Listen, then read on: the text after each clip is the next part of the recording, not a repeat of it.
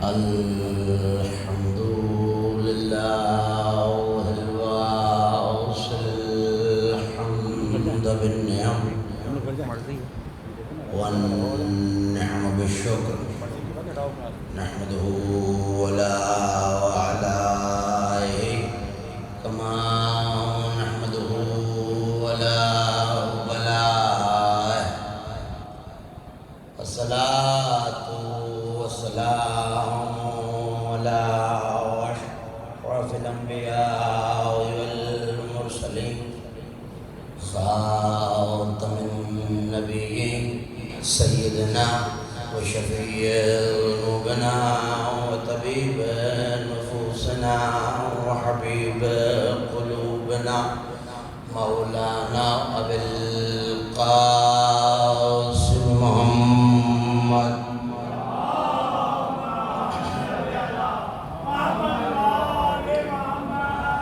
وأهل بيت الطيبين الطاهرين المعصومين المظلومين الميامين الذين ذهب الله عنهم الرجس وطهرهم تطهيرا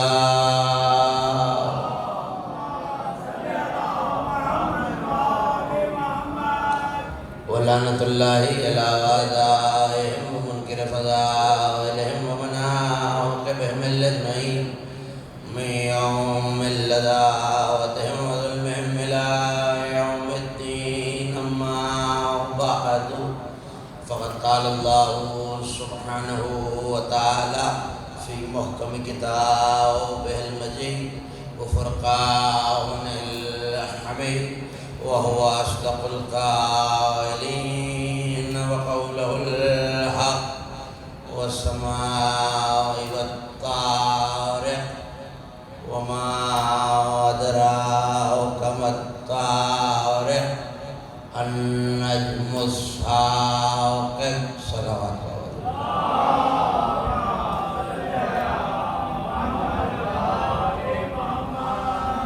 سب مل کے ایسی بلند اور بہتر صلوات پڑھیے کہ روحانیت ہو جائے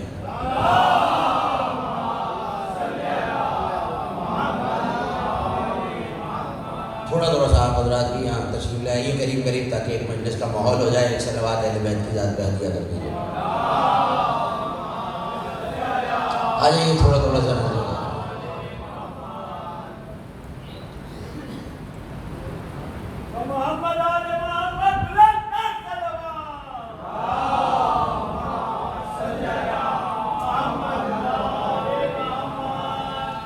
20 روزہ سلسلہ مجالس تفسیر قرآن کی 13ویں اور اس خمسہ مجالس کی تیسری تقریب بعنوان تفسیر سورہ مبارکہ طارق سماعت فرما رہے ہیں آپ حضرات. یقیناً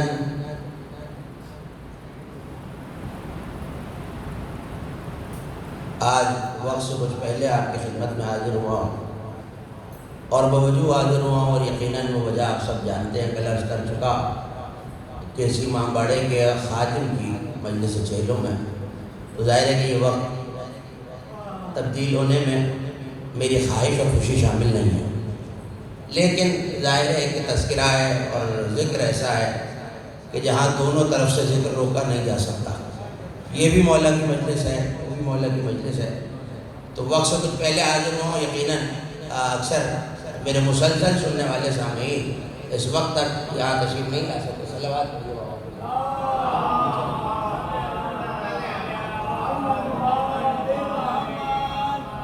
اس سے بلند اور بہتر صلوات پڑھیے کہ پڑھنے میں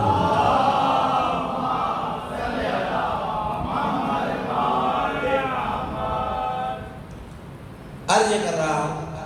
مگر بہرحال چونکہ ذکر ہے اور ذکر کا آغاز ہو چکا ہے اور آپ حضرات کے اذان عالیہ میں گزشتہ 2 روز کے مطالب محفوظ ہیں.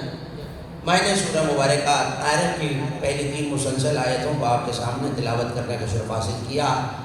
قسموں کے تواتر سے 2 قسمیں کھائیں کائنات کے مالک نے. والسماء والطارق 86واں سورہ کلام مجید کا. اور آج گفتگو قدر مختصر بھی ہے لیکن مجھے بہت تیزی سے مطالب کو آپ کے حوالے کرنا ہے جس کے لیے آپ کی آمادگی اور بیداری بہت ضروری ہے.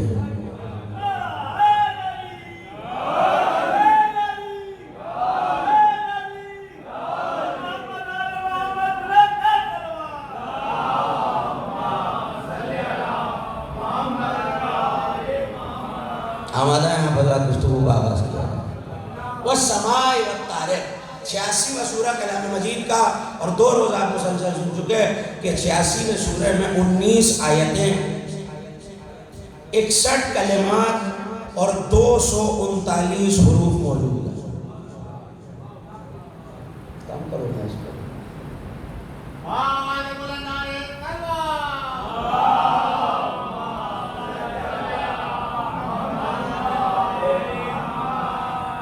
ایک اور صلوات پڑھ دیجیے شاندار سے بلند آواز سے.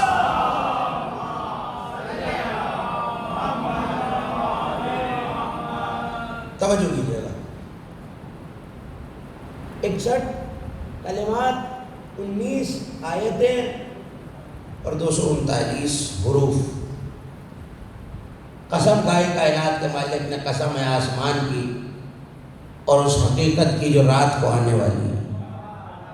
کیا ہے وہ رات کو آنے والی؟ النجم الثاقب، وہ ایک ایسا چمکتا ہوا ستارہ ہے کہ جس کی شعاعیں چیزوں کو چیر کر گزر جاتی ہیں. جس کی شعاعیں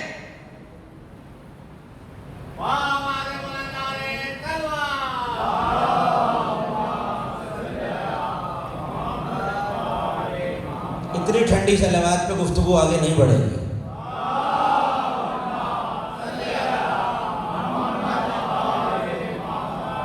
توجہ کیجیے. والسماء والطارق، قسم ہے آسمان کی اور رات کو آنے والی حقیقت کی. قسم ہے اس نجم کی جو ثاقب ہے. کل عرض کر چکا کہ کوکب کا لفظ بھی قرآن میں موجود ہے، نجم کا لفظ بھی قرآن میں موجود ہے، ثاقب کا لفظ بھی قرآن میں موجود ہے، شہاب کا لفظ بھی قرآن میں موجود ہے. مگر شہاب ستارہ نہیں ہے. شہاب چلتے ہوئے انگارے کو کہتے ہیں. کوکب ایسا سیارہ جو غروب نہ ہو، اپنی جگہ قائم رہے. نجم وہ ستارہ ہے جو چھپ بھی جاتا ہے، ظاہر بھی ہو جاتا ہے. اور اللہ نے یہاں شہاب ثاقب نہیں کہا، نجم ثاقب کہا ہے. شہاب کا تعلق آگ سے ہے، ستارے کا تعلق نور سے ہے. میں لفظ بدل کے کہتا ہوں، شہاب ناری ہوتا ہے، نجم نوری ہوتا ہے.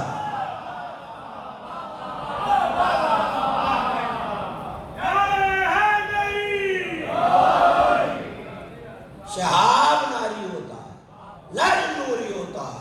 لیکن آج مجھے اس گفتگو کو آگے بڑھاتے ہوئے آپ کو 4تھی آیت سے مسلسل کرنا ہے. ان کل نفس لما علیہا حافظ. دیکھیے اگر قرآن میں خدا قسم کھاتا ہے تو کوئی جواب قسم نہیں ہے. کوئی بات بتانے کے لیے، کسی چیز کی سچائی منوانے کے لیے قسم کھائی جاتی ہے.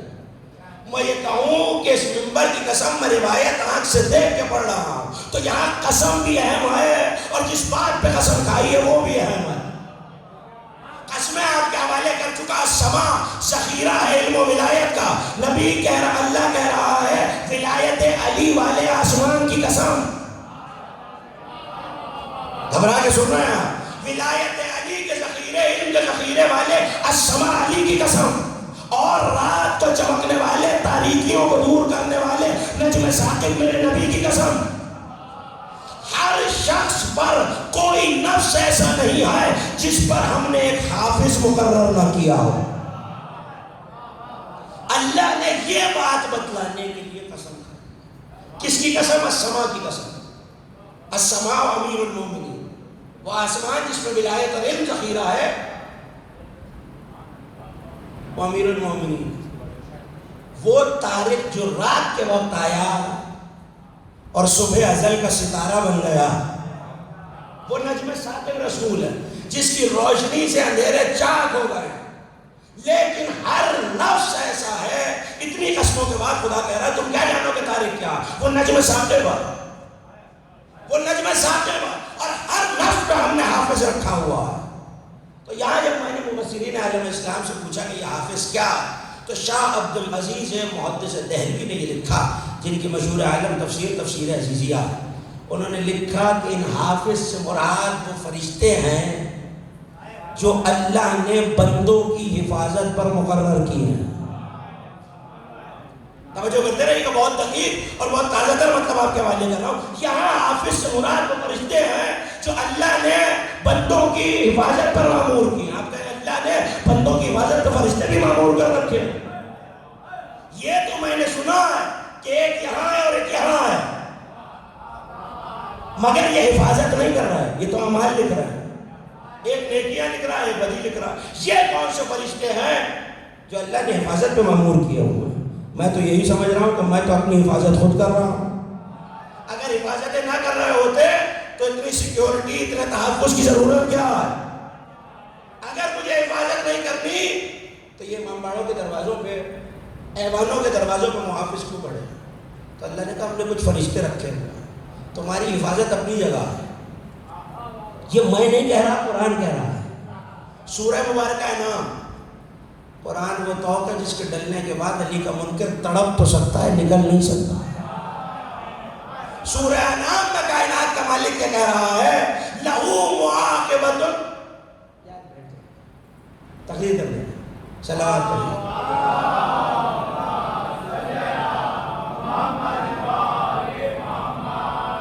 بلند صلوات پڑھیے۔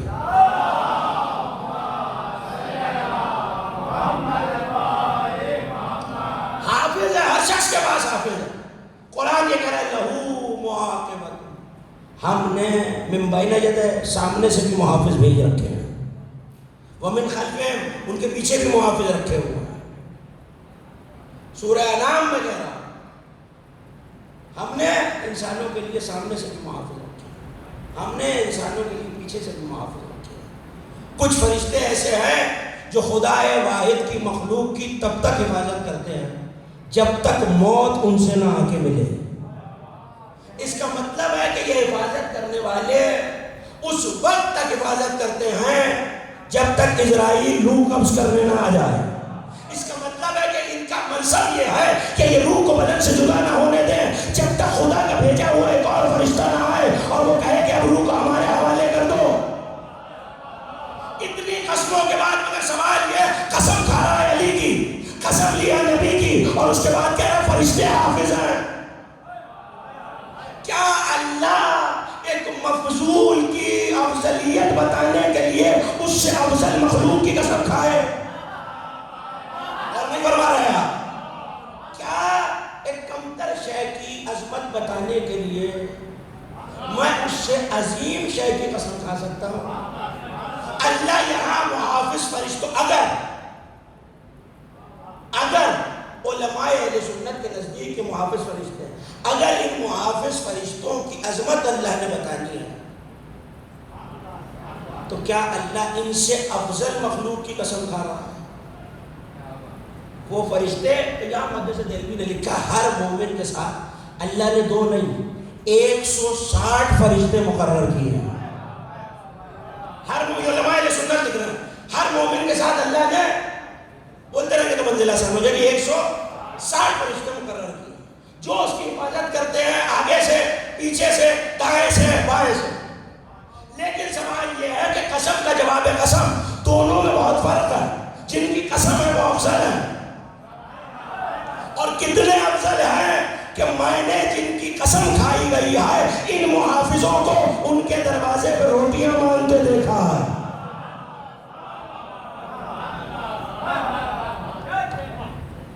یہاں پہنچ رہا ہے، ان محافظوں کو اس دروازے پر روٹیاں مانگتے دیکھا ہے، صرف روٹیاں نہیں مانگتے دیکھا۔ ان میں جو 4 بڑے محافظ ہیں، محدث دہلوی نے کہا ہر فرشتہ آگ کے بشر کی حفاظت کر رہا ہے۔ صلوات پڑھیے بابا۔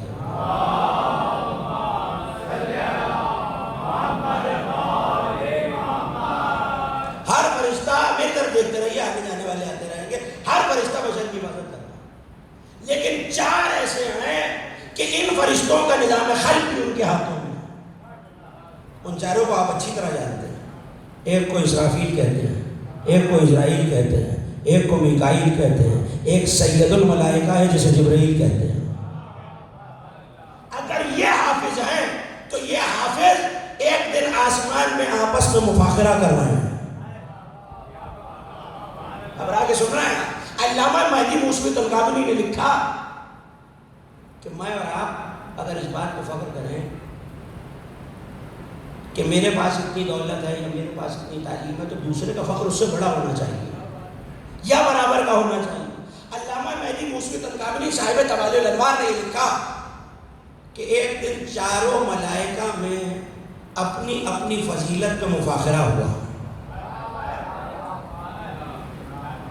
اگر اجازت ہے تو میں مفاخرہ آپ کے حوالے میں بہت جلدی آپ کی زحمتیں تمام کر دوں. مفاخرہ ہوا. سید الملائکہ آگے بڑھے اور آگے بڑھ کے کہنے لگے کہ دیکھو تم تین یقیناً، اب یہ یاد رکھیے گا کہ ایک کے ہاتھ میں نظام خلق ہے یا نہیں؟ میکائیل کے ہاتھ میں، حضرت میکائیل کے ہاتھ میں نظام خلق، ایک کے ہاتھ میں نظام رزق ہے، میکائیل رزق بانٹ رہا ہے. اسرافیل آج تک ایک ہی کام کے لیے خلق ہوا، ایک ہی کام کے لیے بنے، اور وہ کام کیا ہے؟ سور بھونکنا. جب سے بنا ہے مقصد تخلیق یہی ہے، سور بھونکنا. اور لفظ یہ ہے کہ سور اسرافیل کی زبان کے دہانے پہ رکھا ہوا ہے، یعنی یہاں رکھا ہوا ہے. تو اب کتنی دیر ہے؟ مجھے نہیں پتا کہ آپ گھبرا کے کیوں سن رہے ہیں. یہاں رکھا ہوا ہے. ایک پھونک ہے، ایک سانس کا وقفہ ہے کہ قیامت آ جائے. اب سنیے جملہ. حضرت جبرائیل نے کہا تمہارے منصب اپنی جگہ، لیکن تم مجھ جیسے نہیں ہو سکتے. دل چاہ رہا ہے روایت آپ کے حوالے، آپ بولتے رہیں گے تو میں بولتا رہوں. تم مجھ جیسے نہیں ہو سکتے، میں تم سے افضل. کہا یہ بات تو ٹھیک ہے کہ آپ سید الملائکہ ہیں، ہم سب کے سردار ہیں. کہ یہ فخر نہیں ہے کہ میں سید الملائکہ ہوں تو یوں افضل ہوں. یہ فخر نہیں ہے مجھے کہ میں سید الملائکہ ہوں اس لیے افضل ہوں. کہ پھر فخر کیا ہے؟ کہ میں علی کا شاگرد ہوں. میں علی کا شاگرد ہوں. کہنے لگے وہ کیسے ہے؟ کہ جب عالم الست میں اللہ نے مجھے خلق کیا تو مجھ سے پوچھا منانا مننتا، میں کون ہوں تو کون ہے؟ صاحب توالی الانوار لکھتے ہیں، علامہ مہدی موسوی تنقابنی، میں کون ہوں تو کون ہے؟ پلٹ کے کہنے لگے مجھے جواب تو آتا نہیں تھا. میں نے کہا انا انا وانتا انتا، میں ہوں تو ہے. پھر تم شاگرد کیسے ہوئے؟ کہ ایسے میں حجاب اکبر کو ایک نور ہٹا کے باہر آیا. اردو کا جملہ آپ کے حوالے کرو، جملے کی قدر کیجیے گا. اور مجھ سے کہنے لگا جبرائیل یہ طریقہ ہے کسی بڑے سے بات کرنے کا، بڑوں سے تو میں نہیں ہوتی.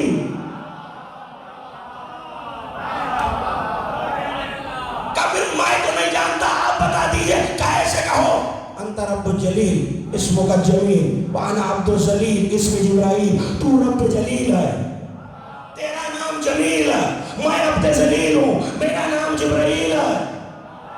کہ پھر میں ہوا نا علی کا شاگرد.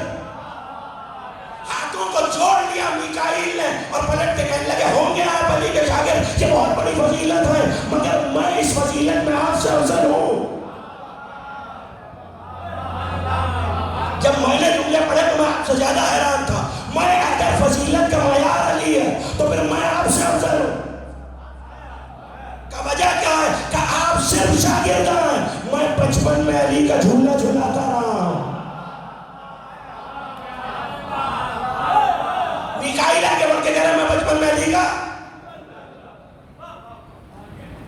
جبرائیل یہ کہہ رہا ہے میں شاگرد، میکائیل یہ کہہ رہا ہے میں جھولا جھولاتا ہے. ایسے میں اسرائیل آگے بڑھے، کہنے لگے اگر فضیلت کا دار و مدار علی ہی پر ہے، اگر فضیلت کا دار و مدار نسبت علی پر ہے تو ایک فضیلت تو بھائی میکائیل میری بھی ہے، سید الملائکہ جبرائیل میری بھی ہے. کب وہ کیا؟ کب میں جب تک کسی چاہنے والے کی روح نکالتا ہی نہیں جب تک علی اس کے سامنے نہ آ جائے.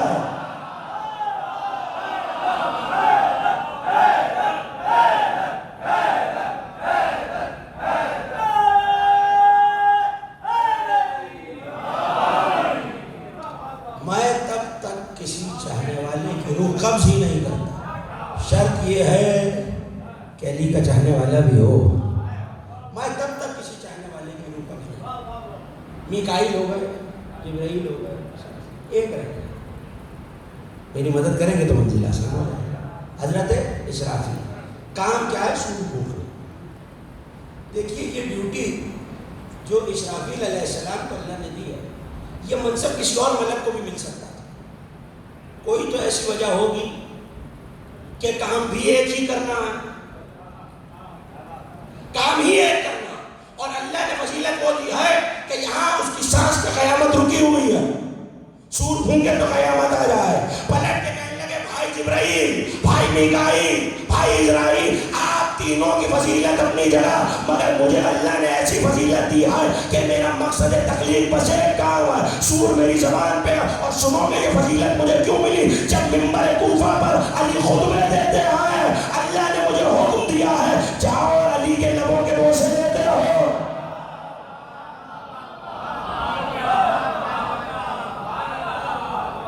تو جو چاروں بڑے فرشتے ہیں جو ان فرشتوں کے حاکم ہیں، وہ تو ان پہ فخر کر رہے ہیں. تو یہ لما علیہا حافظ کا کیا مطلب ہے؟ کہ ہر نفس پہ ہم نے حافظ رکھا ہوا. اس کا مطلب ہے کوئی ایسا ہو جو نفس سے اتنا قریب ہو. توجہ کیجیے گا، میں بہت اہم مطالبات کے حوالے کر رہا ہوں. دیکھیے نفس اور جان کا رشتہ ٹوٹنے میں لمحے سے بھی کم کا فاصلہ ہے. لمحے سے بھی کم کا فاصلہ. اگر چھری یہاں رکھی ہے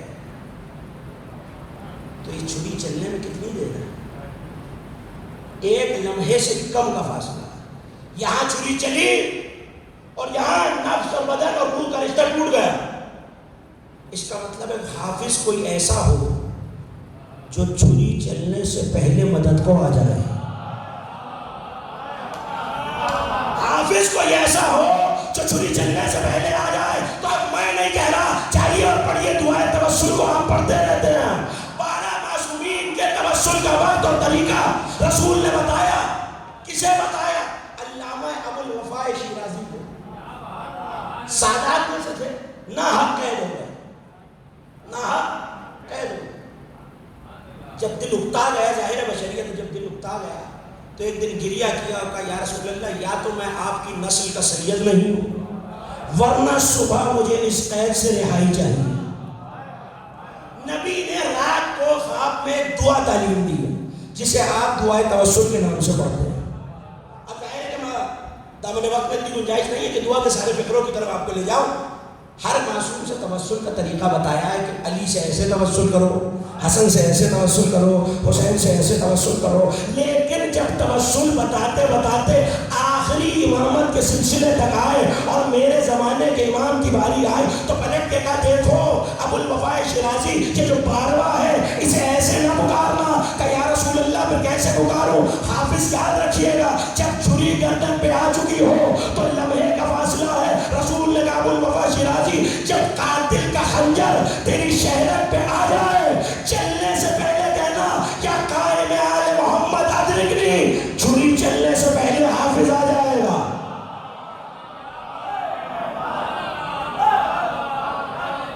چھری چلنے سے پہلے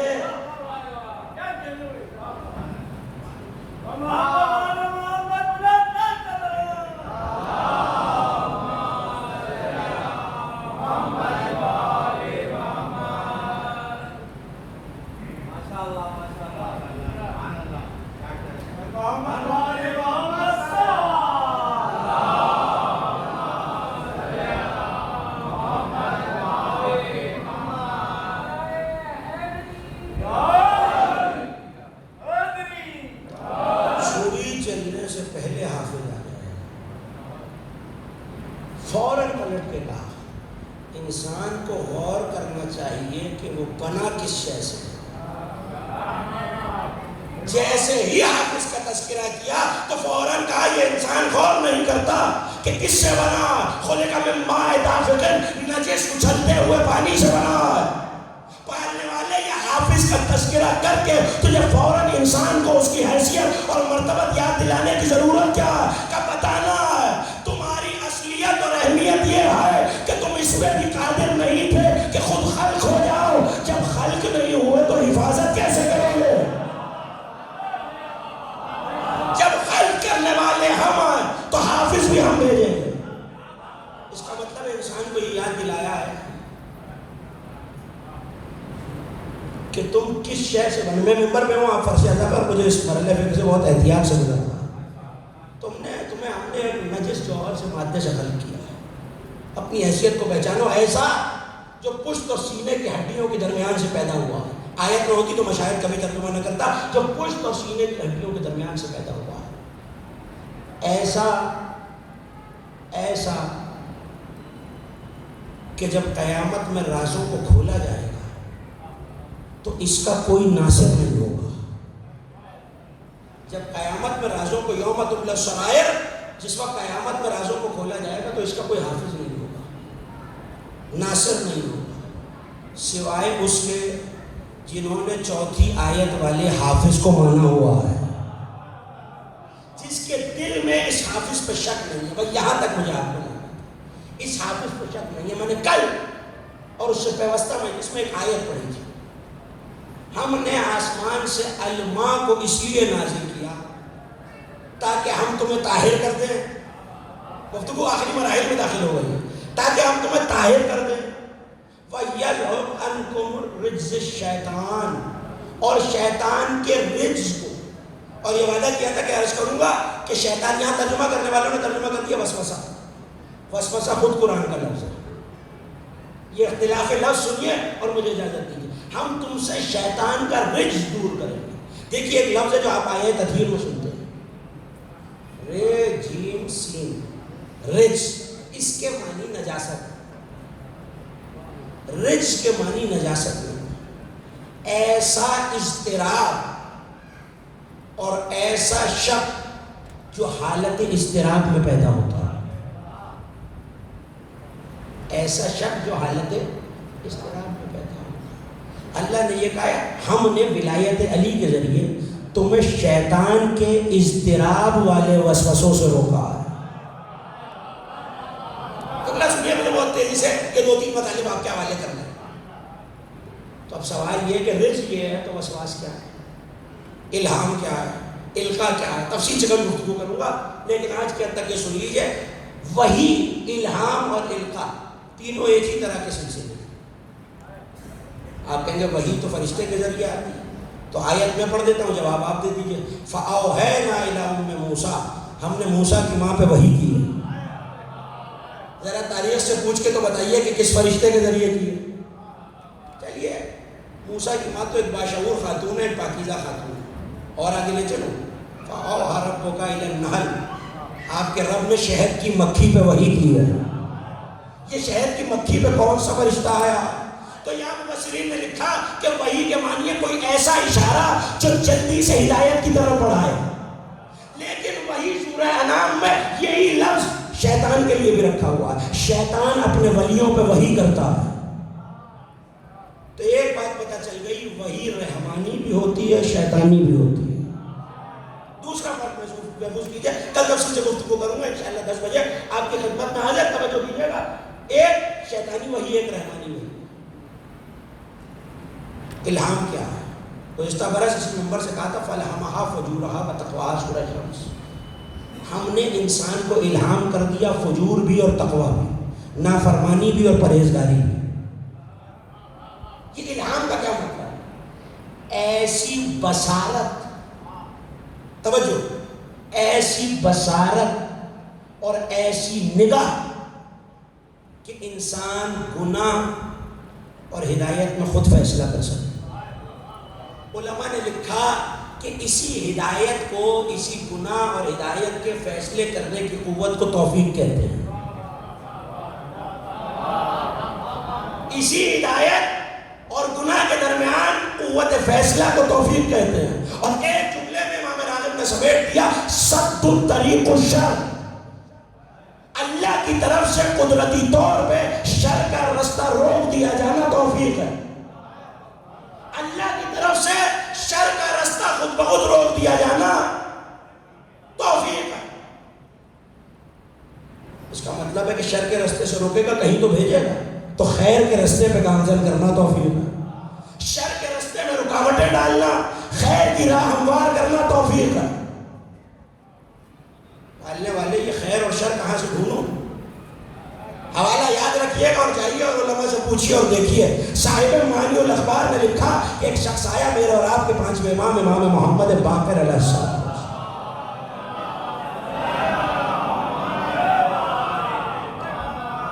آگے کہ اللہ کا فرزند رسول، آذان میں ایک کلمہ ہے جس کے معنی مجھ پہ کھل نہیں رہے. توجہ، آذان میں ایک کلمہ ہے جس کے معنی مجھ پہ کھل نہیں رہے. مولا نے پوچھا کون سے؟ کہ یہ جو ہم کہتے رہتے ہیں حی علی خیر العمل، حی علی خیر العمل، حی علی خیر العمل، تو یہ خیر عمل ہے کیا؟ جملہ سنیے اور جملے کی قدر کیجیے گا. یہ خیر عمل ہے کیا؟ پلٹ کے کہنے لگے بر فاطمہ و ولدھا سیدہ، اور ان کی اولاد سے نیکی کرنا ہی خیر عمل ہے. نا اتنی آسانی سے میں گفتگو آگے نہیں بڑھنے دوں گا. سیدہ اور ان کی آل خیر العمل ہے. تو یہ بھی میں بتاؤں کہ ہر چیز اپنے ضد سے پہچانی جاتی ہے. اگر یہ خیر ہے تو شر کس کو ہونا چاہیے؟ توفیق کا مطلب ہے شر کا راستہ روکنا. علامہ بارانی نے لکھا توفیق کے آسان شمالی یہ ہے دشمن سیدہ کے دروازے سے ہٹ کے دروازہ سیدہ پہ سر جھکانے کو توفیق کہتے ہیں.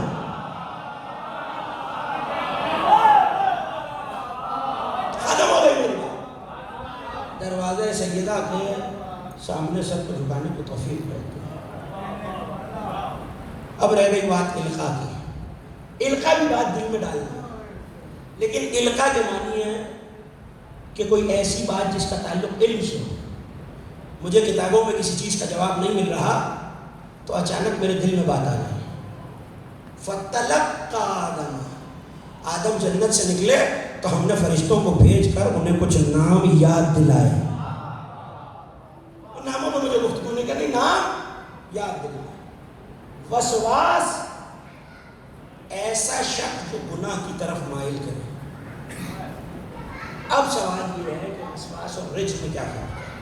بس فرق اتنا ہے کہ گناہ میں وسوسہ پیدا کرنے میں شیطان عمل کرنے پہ مجبور نہیں کرتا، عمل کرنے میں مدد نہیں کرتا، صرف شک پیدا کر دیتا. اسی لیے کہا الذی یوسوس فی صدور الناس، جو شک اور شبہوں کی سرگوشیاں کرتا مگر سرگوشی کر کے عمل نہیں کر رہا تھا. رجس ایسے وسوسے کو کہتے ہیں جس میں اضطراب کی وجہ سے عمل آ جائے. روایت سنی اور تقریر ختم ہو گئی. رسول دنیا سے گئے، علی جنازے کو دفن کر رہے ہیں اور کسی جگہ اجماع کر کے بیعت کی جا رہی ہے.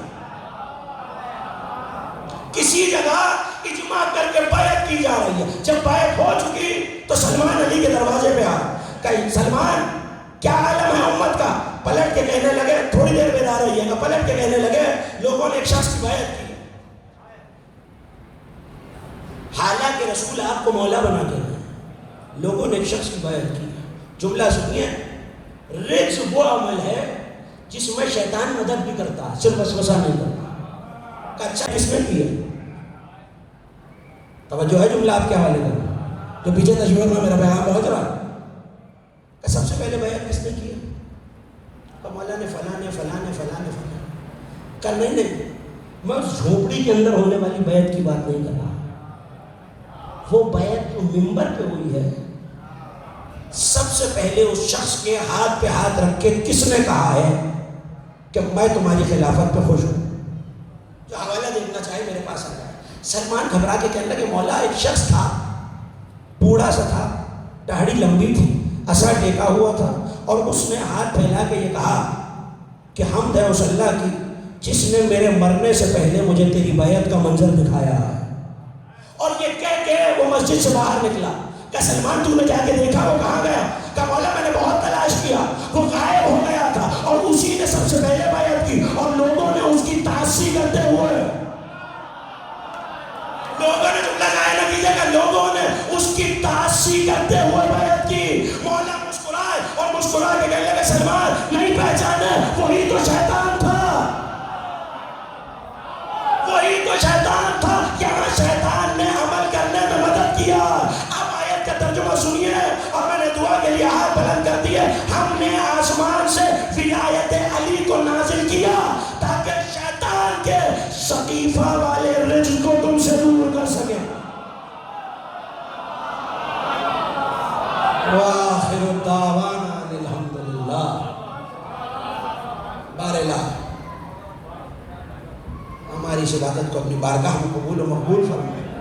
میرے مالک ہمارے بانیان منتظمین پروردگار ان کی توفیقات خیر میں اضافہ فرما. مرحوم شہید سلمان حیدر اور جتنے بھی ملت جعفریہ کے شہداء ان سب کے درجات کو بتصدق آل محمد بلند فرما. میرے مالک جو بیمار ہیں اس ذکر کے صدقے میں، اپنے قرآن اور ان کے وارثوں کے صدقے میں ان سب کو شفا عاجلہ و کاملہ عطا فرما۔ میرے مالک بڑا پورا شوق زمانہ ہے، ہر عزادار، ہر ماتمدار، ہر محب اہل بیت کی حفاظت فرما۔ ہماری لاکھوں کروڑوں دعاؤں کی سب سے بڑی دعا یہی ہے، ہمارے وارث کے ظہور میں تعجیل فرما۔ ربنا تقبل منا انک انت السمیع العلیم بجاہ محمد و اہل بیتہ الطیبین الطاہرین بلندتر صلوات۔